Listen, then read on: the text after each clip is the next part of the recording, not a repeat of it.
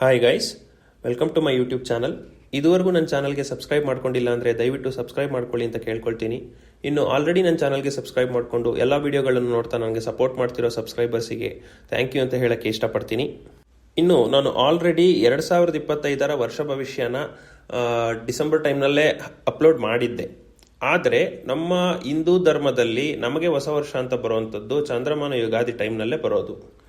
ನಮಗೆ ಹೊಸ ವರ್ಷ ಅಂದರೆ ಡಿಸೆಂಬರ್ 31 ಕಳೆದಾಗ it is just a calendar change ಅಷ್ಟೇ, ಬೇರೆ ಏನು ಚೇಂಜ್ ಆಗೋದಿಲ್ಲ. ಆದರೆ ಹಿಂದೂ ಸಂವತ್ಸರ ಬದಲಾವಣೆ ಆಗೋದು ಚಂದ್ರಮಾನ ಯುಗಾದಿಯಲ್ಲೇ.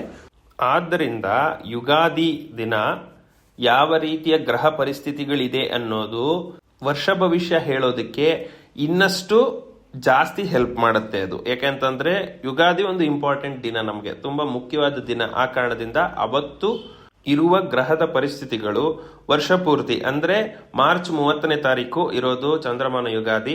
ಮುಂದಿನ ಯುಗಾದಿ ಬರೋವರೆಗೂ ಕೂಡ ಅದರ ಎಫೆಕ್ಟ್ಸ್ ಜಾಸ್ತಿ ಇರುತ್ತೆ. ಆ ಕಾರಣದಿಂದ ಯುಗಾದಿ ವರ್ಷ ಭವಿಷ್ಯವನ್ನ ತಿಳಿಸ್ಕೊಡ್ತಾ ಇದ್ದೀನಿ. ಈಗ ಮೇಷರಾಶಿಯವರ 2025 ಯುಗಾದಿ ಭವಿಷ್ಯವನ್ನು ತಿಳಿಸ್ಕೊಡ್ತೀನಿ. ಮೇಷರಾಶಿಯವರಿಗೆ ಇನ್ನು ನೆಕ್ಸ್ಟ್ 7.5 years 7.5 ವರ್ಷ ತುಂಬಾ ಕಷ್ಟಕರವಾದ ಒಂದು ಸಮಯ ಅಂತಾನೆ ಹೇಳ್ಬೋದು.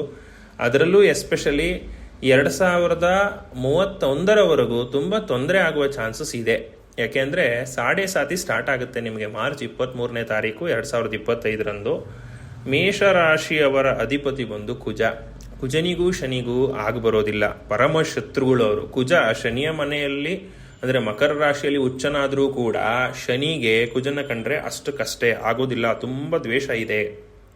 ಸೊ ನಿಮಗೆ ಸಾಡೆ ಸಾತಿ ಇರ್ಬೋದು, ಅಷ್ಟಮ ಶನಿ ಇರ್ಬೋದು, ಅರ್ಧಾಷ್ಟಮ ಶನಿ ಇರ್ಬೋದು.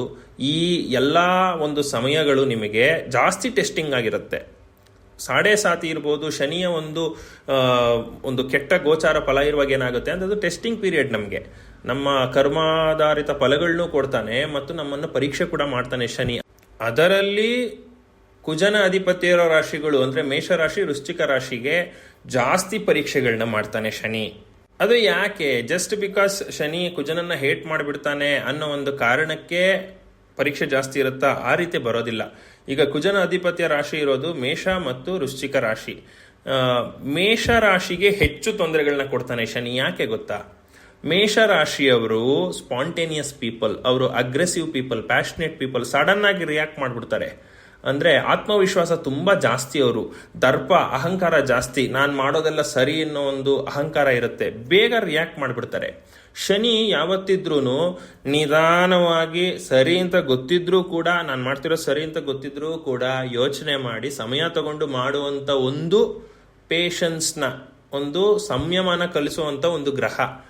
ಆ ಕಾರಣದಿಂದ ಮೇಷರಾಶಿಯವರಿಗೆ ಅವರ ಕ್ವಿಕ್ ಆಕ್ಷನ್ ಇಂದ ತಪ್ಪುಗಳು ಜಾಸ್ತಿ ಆಗತ್ತೆ. ಅದಕ್ಕಾಗಿ ಅವರಿಗೆ ಪರೀಕ್ಷೆ ಜಾಸ್ತಿ ಅಷ್ಟೇ. ಮೇಷರಾಶಿಯವ್ರನ್ನ ನೀವು ಕಲ್ಪನೆ ಮಾಡ್ಕೋಬೇಕು ಅಂದ್ರೆ ಜನರಲ್ ಆಗಿ ಒಬ್ಬ ಪೊಲೀಸ್ ಇನ್ಸ್ಪೆಕ್ಟರ್ನ ನೀವು ಕಲ್ಪನೆ ಮಾಡ್ಕೋಬಹುದು. ಒಬ್ಬ ಪೊಲೀಸ್ ಇನ್ಸ್ಪೆಕ್ಟರ್ ನೀವು ಸ್ಟೇಷನ್ಗೆ ಹೋದಾಗ ಹೇಗೆ ರೆಸ್ಪಾಂಡ್ ಮಾಡ್ತಾರೆ? ಏನಾದ್ರೂ ಇರ್ಲಿ, ನಿಮ್ ಕಡೆ ನ್ಯಾಯ ಇರ್ಲಿ ಇಲ್ಲದೆ ಇರ್ಲಿ, ಏನಾದ್ರೂ ಆಗಿರ್ಲಿ, ನೀವೇ ತೊಂದರೆಗೊಳಗಾಗಿರಿ, ನೀವೇ ತೊಂದರೆ ಮಾಡಿರ್ಲಿ, ರ್ಯಾಶ್ ಆಗಿ ಬಿಹೇವ್ ಮಾಡ್ತಾರೆ. ನೀನ್ ಯಾರಾದ್ರೆ ನನಗೇನು ಅನ್ನೋ ಭಾವನೆ ಇರುತ್ತೆ. ಈ ಒಂದು ಉನ್ಮಾದದಿಂದ ಮೇಷರಾಶಿಯವರು ವರ್ತಿಸೋದ್ರಿಂದಲೇ ಶನಿ ಜಾಸ್ತಿ ಪರೀಕ್ಷೆ ಮಾಡ್ತಾನೆ ನಿಮಗೆ. ಅದರಲ್ಲಿ ವೃಶ್ಚಿಕ ರಾಶಿಯವರಿಗೆ ಸ್ವಲ್ಪ ಕಡಿಮೆ ಆ ಪರೀಕ್ಷೆ. ಯಾಕೆ ಗೊತ್ತಾ? ವೃಶ್ಚಿಕ ರಾಶಿ ಒಂಥರ ಮೆಚೂರ್ ಆಗಿರುವಂತ ರಾಶಿ. ಅವರಿಗೆ ಜೀವನದಲ್ಲಿ ಕಷ್ಟಗಳು ನೋಡಿ ನೋಡಿ ನೋಡಿ ನೋಡಿ ಸಾಕಾಗೋಗಿರುತ್ತೆ. ಸೊ ಅವ್ರು ಹೆಂಗಾಗ್ಬಿಟ್ಟಿರ್ತಾರೆ ಅಂತಂದ್ರೆ, ನಾನು ನೋಡಿದೀನಿ ಬಿಡು, ಇದೇನು ದೊಡ್ಡ ವಿಚಾರನೇ ಅಲ್ಲ, ನಾನು ರಿಯಾಕ್ಟ್ ಮಾಡುವಂತ ಅವಶ್ಯಕತೆನೇ ಇಲ್ಲ ಅನ್ನೋ ಒಂದು ಪರಿಸ್ಥಿತಿಗೆ ಬಂದ್ಬಿಟ್ಟಿರ್ತಾರೆ ಅವರು. ಆ ಕಾರಣದಿಂದ ಅವರು ಬೇಗ ತಕ್ಷಣ ಬಿಸಿ ಬಿಸಿಯಾಗಿ ರಿಯಾಕ್ಟ್ ಮಾಡೋದಿಲ್ಲ. ಆ ಕಾರಣದಿಂದ ವೃಶ್ಚಿಕ ರಾಶಿಯವರಿಗೆ ತೊಂದರೆ ಕೊಡಲ್ಲ ಅಷ್ಟೊಂದಾಗಿ ಶನಿ. ಅವರು ಏನಾದರೂ ಅದೇ ತರ ರಿಯಾಕ್ಟ್ ಮಾಡೋ ತರ ಇದ್ರೆ ಅವನಿಗೂ ಕೊಟ್ಟಿರೋನು. ಜಸ್ಟ್ ಬಿಕಾಸ್ ಕುಜ ಶತ್ರು ಅಂತ ಆ ರಿಯಾಕ್ಷನ್ ಅಲ್ಲ, ನಿಮ್ಮ ರಿಯಾಕ್ಷನ್ ಸ್ಪೀಡ್ ಮೇಲೆ ಶನಿ ನಿಮ್ಮನ್ನು ಪರೀಕ್ಷೆ ಮಾಡೋದು. ನೀವು ಗಾದೆ ಮಾತು ಕೇಳಿರ್ಬೋದು, ಆತುರಗಾರನಿಗೆ ಬುದ್ಧಿ ಮಟ್ಟ ಅಂತ. ಆತುರಗಾರ ಅಂದ್ರೆ ಇಲ್ಲಿ ಮೇಷರಾಶಿಯವರೇ. ಮೇಷರಾಶಿಯವರು ಯಾವತ್ತಿದ್ರೂ ಆತರನೇ. ಒಳ್ಳೇದಕ್ಕೆ ಮಾಡೋದಕ್ಕೂ ಆತರವೇ, ಕೆಟ್ಟದ್ದು ಮಾಡೋದಕ್ಕೂ ಆತರವೇ. ಸೊ ಈ ಆತರದಿಂದ ಏನಾಗ್ಬಿಡುತ್ತೆ, ಒಳ್ಳೆ ಮನಸ್ಸಿದ್ರು ಕೆಲವು ಸಾರಿ ನಮ್ಮ ಕೈಲಿ ಕೆಟ್ಟ ಕೆಲಸಗಳಾಗ್ಬಿಟ್ಟಿರುತ್ತೆ ಮೇಷರಾಶಿಯವರ ಕಡೆಯಿಂದ. ಇದನ್ನು ಪರೀಕ್ಷೆ ಮಾಡಿ ಅವ್ರಿಗೆ ಅರ್ಥ ಮಾಡಿಸೋದೇ ಸಾಡೆ ಸಾತಿ.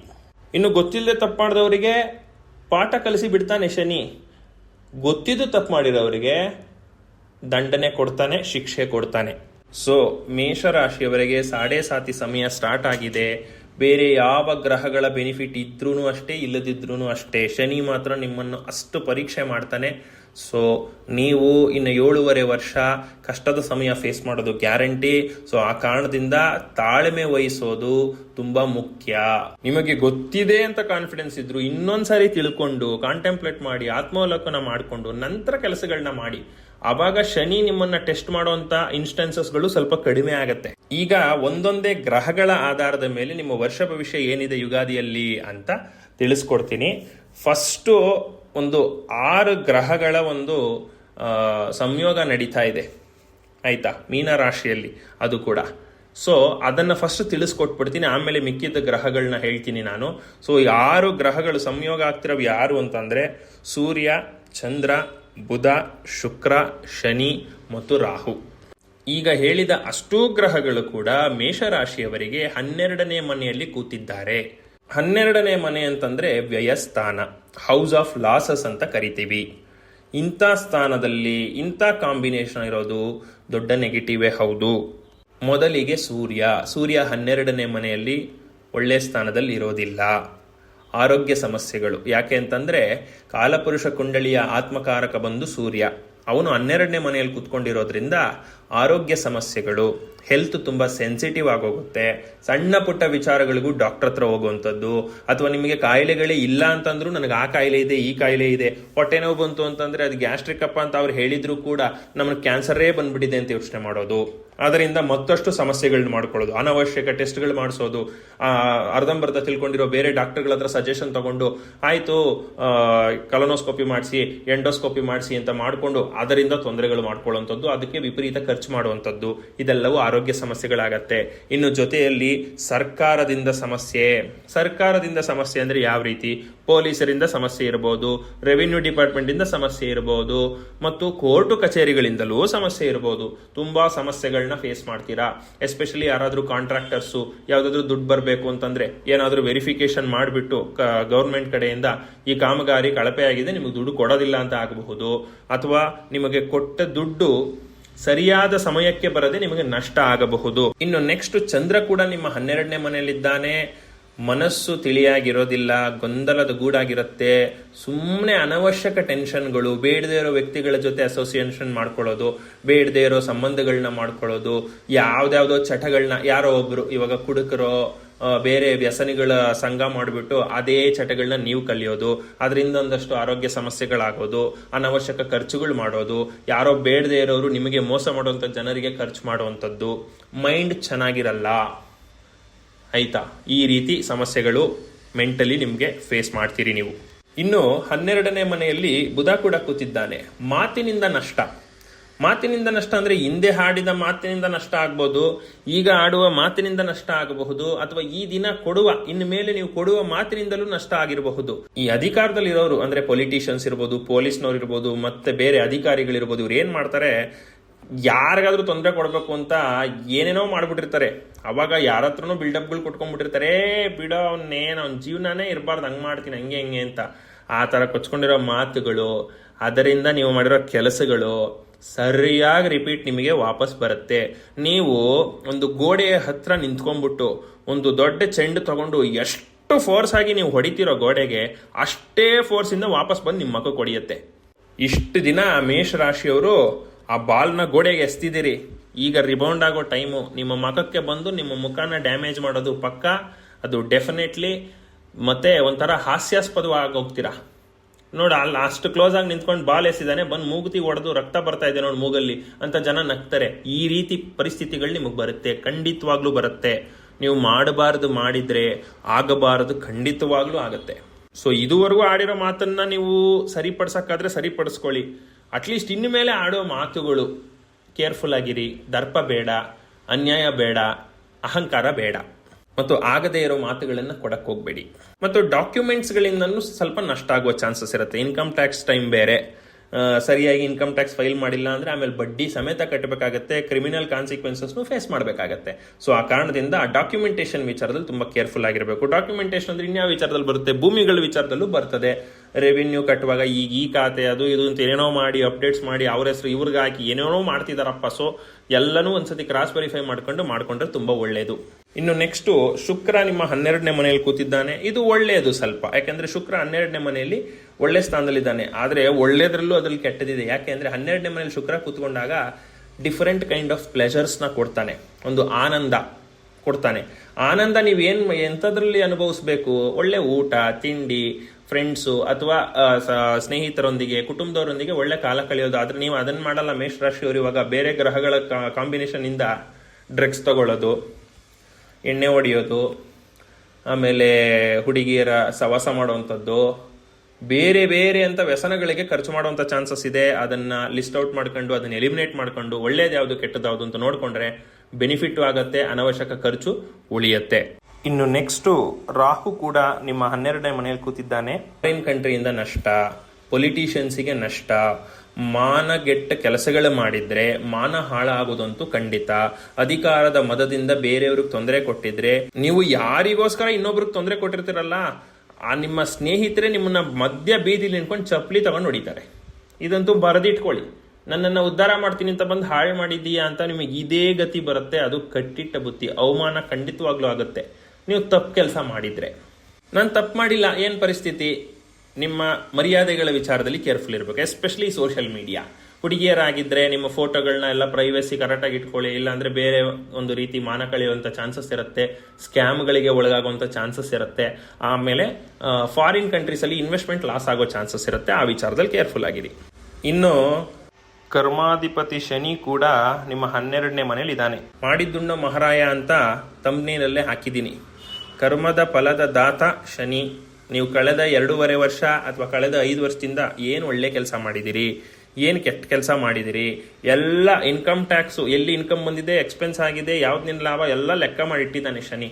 ಈಗ ಒಂದೊಂದಾಗೆ ಕೊಡಕ್ಕೆ ಸ್ಟಾರ್ಟ್ ಮಾಡ್ತಾನೆ. ನೀವು ಒಳ್ಳೇದು ಮಾಡಿದ್ರೆ ಪರವಾಗಿಲ್ಲ, ಆಗ್ಲೂ ಕೇರ್ಫುಲ್ ಆಗಿರಬೇಕು. ಕೆಟ್ಟದ್ದೇನಾದ್ರೂ ಮಾಡಿದ್ರೆ ಸೊ ಯೋಚನೆ ಮಾಡೋ ಅವಶ್ಯಕತೆ ಇಲ್ಲ. ಜೈಲು ತೋರಿಸ್ತಾನೆ, ಜೈಲು ಊಟನೂ ತಿನ್ನಿಸ್ತಾನೆ, ಪೊಲೀಸ್ ಕೇಸು ಮಾಡಿಸ್ತಾನೆ, ಪೊಲೀಸ್ ಅವರೇ ಜೈಲ್ಗೆ ಹೋಗ್ತಾರೆ. ಪೊಲೀಸ್ ಅವರೇನ ತಪ್ಪು ಕೆಲಸಗಳು ಮಾಡಿದ್ರೆ ಪೊಲೀಸ್ ಅವರೇ ಜೈಲ್ಗಳಿಗೆ ಹೋಗ್ತಾರೆ. ಅಧಿಕಾರ ದರ್ಪ ದುರುಪಯೋಗ ಎಲ್ಲ ಮಾಡಿದ್ರೆ ಯೂನಿಫಾರ್ಮ್ ಬಿಚ್ಚಿಬಿಟ್ಟು ಜೈಲಿಗೆ ಕಳಿಸ್ತಾರೆ. ಅಲ್ಲೇ ಆರಾಮಾಗಿ ನೀವು ಸೆಟ್ಲ್ ಆಗ್ಬೇಕಾಗತ್ತೆ. ನಿಮ್ಗೆ ಇನ್ನೇನು ದಾರಿ ಇಲ್ಲ.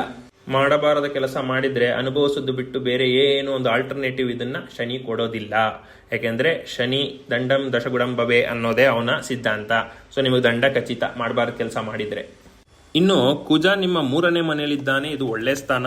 ಭೂಮಿಯಿಂದ ಸ್ವಲ್ಪ ಲಾಭ ಇದೆ. ನಿಮ್ಮ ಮಾತಿಗೆ ಬೆಲೆ ಇರುತ್ತೆ. ಆದ್ರೆ ದರ್ಪ ಮಾಡಕ್ ಹೋಗ್ಬೇಡಿ. ಅಥಾರಿಟೇಟಿವ್ ಮಾತಿನಿಂದ ಕೆಲಸಗಳು ಆಗತ್ತೆ. ಹಂಗಂತ ಅನ್ಬಿಟ್ಟು ಅಬ್ಯೂಸ್ ಮಾಡಕ್ ಹೋಗ್ಬೇಡಿ ಪೀಪಲ್ನ. ಭೂಮಿಯ ವಿಚಾರದಲ್ಲಿ ಒಳ್ಳೆ ಲಾಭ ಇರೋದ್ರಿಂದ ರಿಯಲ್ ಎಸ್ಟೇಟ್ ಉದ್ಯಮದವ್ರಿಗೆ ಲಾಭ ಅಂತ ಹೇಳಬಹುದು. ಇನ್ನು ನೆಕ್ಸ್ಟ್ ಗುರು ನಿಮ್ಮ 2ನೇ ಮನೆಯಲ್ಲಿದ್ದಾನೆ. ಗುರುಬಲ ಇದೆ. ಮೇ 2ನೇ ತಾರೀಕಿನವರೆಗೂ ಗುರುಬಲ ಇದೆ. ಸೊ 6 ಗ್ರಹಗಳು 12ನೇ ಮನೆಯಲ್ಲಿ ಕುತ್ಕೊಂಡು ಏನ್ ತೊಂದರೆಗಳು ಕೊಡ್ತಾರೆ ಅಂತ ಹೇಳಿದ್ನಲ್ಲ, ಅದರಿಂದ ಸ್ವಲ್ಪ ಪ್ರೊಟೆಕ್ಷನ್ನು ನಿಮಗೆ ಮೇ 2ನೇ ತಾರೀಕುವರೆಗೂ ಗುರುವಿನಿಂದ ಸಿಗತ್ತೆ. ಅಂದ್ರೆ ಏನು, ನಿಮ್ಮ ತಪ್ಪನ್ನ ಅಂದ್ರೆ ಚಿಕ್ಕ ಪುಟ್ಟ ತಪ್ಪುಗಳು ಮಾಡಿದ್ರೆ ತಪ್ಪುಗಳನ್ನ ತಿದ್ದುಕೊಳ್ಳುವಂತ ಅವಕಾಶ ಮೇವರೆಗೂ ಇರುತ್ತೆ. ನೀವು ಆವಾಗ್ಲೂ ದರ್ಪ ತೋರಿಸಿದ್ರಿ ಖಂಡಿತವಾಗ್ಲೂ ಸಮಸ್ಯೆ ಅನುಭವಿಸ್ತೀರಿ. ಇನ್ನು ಗುರುಬಲ ಇರೋದ್ರಿಂದ ಮದುವೆ ವಿಚಾರದಲ್ಲಿ ಶುಭ ಆಗೋ ಚಾನ್ಸಸ್ ಇರುತ್ತೆ. ಗಂಡು ಹೆಣ್ಣು ನೋಡ್ತಾ ಇರೋರು ಕಂಕಣ ಬಲ ಕೂಡಿ ಬರುವಂತ ಚಾನ್ಸಸ್ ಇರುತ್ತೆ. ಮತ್ತು ಹೊಸ ಬಿಸ್ನೆಸ್ ಸ್ಟಾರ್ಟ್ ಮಾಡೋರು ತುಂಬಾ ಕಾನ್ಫಿಡೆಂಟ್ ಇದ್ರೆ ಮಾತ್ರ ಸ್ಟಾರ್ಟ್ ಮಾಡಿ. ಯಾಕಂದ್ರೆ ಬೇರೆ ಗ್ರಹಗಳು ತುಂಬಾ ಕೆಟ್ಟ ಪೊಸಿಷನ್ ಹೋಗ್ತಿರೋದ್ರಿಂದ, ಮೇಷರಾಶಿಗೆ ಸಮಯ ಕೆಡ್ತಿರೋದ್ರಿಂದ ಹೊಸ ಬಿಸ್ನೆಸ್ ಈಗ ನಾನು ಸಜೆಸ್ಟ್ ಅಂತೂ ಮಾಡೋದಿಲ್ಲ ಜನರಲ್ ಆಗು ಕೂಡ. ಇನ್ನು ಕೇತು ನಿಮ್ಮ 6ನೇ ಮನೆಯಲ್ಲಿ ಕುತ್ಕೊಂಡಿದ್ದಾನೆ. 6ನೇ ಮನೆಯಲ್ಲಿ ಕೇತು ಒಳ್ಳೆ ಸ್ಥಾನ. ಕೇತುವಿಂದ ಲಾಭ ಏನು ಅಂತ ನಿಮ್ಗೆ ಹೇಳ್ಬೋದು ಅಂದ್ರೆ, ನಿಮಗೆ ಪ್ರಾಯಶ್ಚಿತ ಆಗುವಂತ ಟೈಮು. ಪ್ರಾಯಶ್ಚಿತ ಮಾಡಿಕೊಂಡ್ರೆ ಸ್ವಲ್ಪ ಕರ್ಮದ ಹೊರೆ ಕಡಿಮೆ ಆಗಬಹುದು ಹೊರತು ಫುಲ್ಲು ಝೀರೋ ಆಗುತ್ತೆ ಅಂತ ನಾನು ಹೇಳಲ್ಲ. ಕೇತು ಒಂಥರ ಏನ್ ಮಾಡ್ತಾನೆ ಪರಿಸ್ಥಿತಿ ಅಂದ್ರೆ, ನಿಮ್ ಕಣ್ಮುಂದೆನೆ ಅದನ್ನ ತೋರಿಸ್ತಾನೆ. ನಾನು ಮಾಡಬಾರ್ದಾಗಿತ್ತು ಈ ಚಾಯ್ಸ್, ನಾನು ಮಾಡಬಾರ್ದಾಗಿತ್ತು ಅದನ್ನೇ ಮಾಡಿದೆ, ಈಗ ನಾನು ಅನುಭವಿಸ್ಬೇಕು, ಸೊ ಅದು ಬಿಟ್ಟು ಬೇರೆ ದಾರಿ ಇಲ್ಲ ಅಂತ ಆ ಥರ ಪಾಸಿಟಿವಿಟಿಗೆ ತರ್ತಾನೆ. ಅಂದ್ರೆ ಕೆಲವರು ಏನ್ ಮಾಡಿರ್ತಾರೆ, ತಪ್ಪುಗಳು ಮಾಡಿರ್ತಾರೆ, ನಾನು ಮಾಡ್ತಿರೋದು ಸರಿ ಅಂತ ಅನ್ಕೊಂಡು ತಮ್ಮ ತಪ್ಪುಗಳನ್ನ ರೆಕ್ಟಿಫೈ ಮಾಡ್ಕೊಳ್ಳೋದು ಬಿಟ್ಟು ಇನ್ನಷ್ಟು ತಪ್ಪುಗಳು ಮಾಡ್ತಿರ್ತಾರೆ. ಈಗ ಕೇತು ಅದನ್ನ ಅವಾಯ್ಡ್ ಮಾಡಕ್ಕೆ ಒಂದು ಅವಕಾಶ ಕೊಡ್ತಾನೆ ನಿಮ್ಗೆ. ಇಷ್ಟು ದಿನ ನೀವು ಇದನ್ನ ಮಾಡಿದೀರಾ, ಇದು ನೋಡಿ ನೀನು ಮಾಡಿದ ಬ್ಯಾಡ್ ಚಾಯ್ಸು, ಇದರಿಂದ ಕಷ್ಟ ಆಗ್ತಾ ಇದೆ, ಅನುಭವಿಸ್ತಾ ಇದೆಯಾ, ಈಗಲಾದ್ರೂ ಸ್ಟಾಪ್ ಮಾಡು ಅಂತ ಆ ಮಾತು ಕೇಳ್ಕೊಂಡ್ರಿ ಒಳ್ಳೇದು. ಆದ್ರೆ ಇದುವರೆಗೂ ನೀವು ಮಾಡಿರೋ ತಪ್ಪುಗಳಿಗೆ ಅನುಭವಿಸ್ಲೇಬೇಕು, ಅಟ್ಲೀಸ್ಟ್ ಅಲ್ಲಿಗೆ ನಿಲ್ಲುತ್ತೆ. ಈಗ 2 ವರ್ಷ ಶಿಕ್ಷೆವರೆಗೂ ನಿಮಗೆ ಜೈಲು ಶಿಕ್ಷೆ ಕೊಡುವಂಥದ್ದು 7 ವರ್ಷದವರೆಗೂ ನಿಮ್ ಜೀವಾವಧಿವರೆಗೂ ನೀವು ಮಾಡ್ಕೊಂತಾನೆ ಇರ್ಬೋದು. 2 ವರ್ಷ ಶಿಕ್ಷೆ ಇರುವಾಗಲೇ ನಿಮ್ಗೆ ಅನ್ನಿಸ್ಬಹುದು ಬೇಡಪ್ಪ ಇನ್ಮೇಲೆ ನಾನು ಮಾಡೋದು ಬೇಡ, ತಪ್ಪಾಗತ್ತಿದ್ದು ಅಂತ. ಬಟ್ ಇಲ್ಲ ಅಂತಂದ್ರೆ ಜೀವಾವಧಿವರೆಗೂ ಹೋಗಿ ಹೋಗ್ತೀರಿ, ಹ್ಯಾಂಗಿಂಗ್ ವರ್ಗೂ ಹೋಗಿ ಹೋಗ್ತೀರಿ. ಆ ತರ ಎಕ್ಸಾಂಪಲ್ ಕೊಟ್ಟಿದ್ದು ಆಯ್ತಾ. ಆ ಒಂದು ಬೆನಿಫಿಟ್ ಕೇತು ಕೊಡ್ತಾನೆ. ಇದಿಷ್ಟು ಓವರ್ ಆಲ್ ಮೇಷರಾಶಿಯವರ ಯುಗಾದಿ ವರ್ಷ ಭವಿಷ್ಯ. ಫುಲ್ಲು ನೆಗೆಟಿವೇ ಹೇಳಿದ್ದೀನಿ ಅಂತ ಅಲ್ಲ, ಕೆಟ್ಟವರಿಗೆಲ್ಲ ನೆಗೆಟಿವ್ ಇದೆ. ಒಳ್ಳೆಯವ್ರಿಗೆ ಏನು ಅಂತಂದ್ರೆ ಅದು ಟೆಸ್ಟಿಂಗ್ ಪೀರಿಯಡ್ ಇದೆ. ಸೊ ಎಚ್ಚರವಾಗಿರ್ಬೇಕು ನೀವು, ಪ್ರತಿಯೊಂದು ವಿಚಾರದಲ್ಲೂ ಎಚ್ಚರಿಕೆ ಇರಬೇಕು. ಒಂದು ಹಾಲಿಗೆ ಒಂದು ಕಾಫಿಗೆ ಸಕ್ಕರೆ ಎಷ್ಟು ಸ್ಪೂನ್ ನಾನು ದಿನ ಹಾಕ್ತಿದ್ದೀನಿ ಅನ್ನೋ ವಿಚಾರದಲ್ಲೂ ನೀವು ಕೇರ್ಫುಲ್ ಆಗಿರಬೇಕು. ಇನ್ನು 7.5 ವರ್ಷ. ಇದಿಷ್ಟು ಜನರಲ್ ಪ್ರೆಡಿಕ್ಷನ್ಸ್ ಆಗಿರುತ್ತೆ. ನಾನು ಯಾರ ಒಬ್ಬ ವ್ಯಕ್ತಿಯ ಜನ್ಮ ಜಾತಕವನ್ನು ಪರಿಶೀಲನೆ ಮಾಡಿಲ್ಲ ಆಯ್ತಾ. ನಿಮ್ಮ ಜನ್ಮ ಜಾತಕದಲ್ಲಿರುವ ಪರಿಸ್ಥಿತಿ, ನಿಮ್ಮ ಕರ್ಮಗಳ ಮೇಲೆ ನಿಮಗೆ ಫಲ ಸಿಗತ್ತೆ. ನಿಮ್ಮ ಜನ್ಮ ಜಾತಕವನ್ನು ಫಸ್ಟು ನುರಿತ ಜ್ಯೋತಿಷಿ ಹತ್ರ ಪರಿಶೀಲನೆ ಮಾಡಿಸ್ಕೊಂಡು ದೋಷಗಳೇನಾದರೂ ಇದ್ರೆ ಅದನ್ನು ಪರಿಹಾರ ಮಾಡಿಕೊಂಡ್ರೆ ತುಂಬ ಒಳ್ಳೇದು ಅಂತ ಹೇಳ್ತೀನಿ. ನಾನು ಕೂಡ ಜನ್ಮ ಜಾತಕ ಪರಿಶೀಲನೆ ಮಾಡಿಕೊಡ್ತೀನಿ. ನಿಮಗೆ ಅದರ ಅವಶ್ಯಕತೆ ಇದ್ದಲ್ಲಿ ಸ್ಕ್ರೀನ್ ಮೇಲೆ ಕಾಣ್ತಿರೋ ನಂಬರ್ ಅಥವಾ ಇಮೇಲ್ ಮೂಲಕ ನನ್ನನ್ನು ಕಾಂಟ್ಯಾಕ್ಟ್ ಮಾಡ್ಬೋದು. Thank you very much.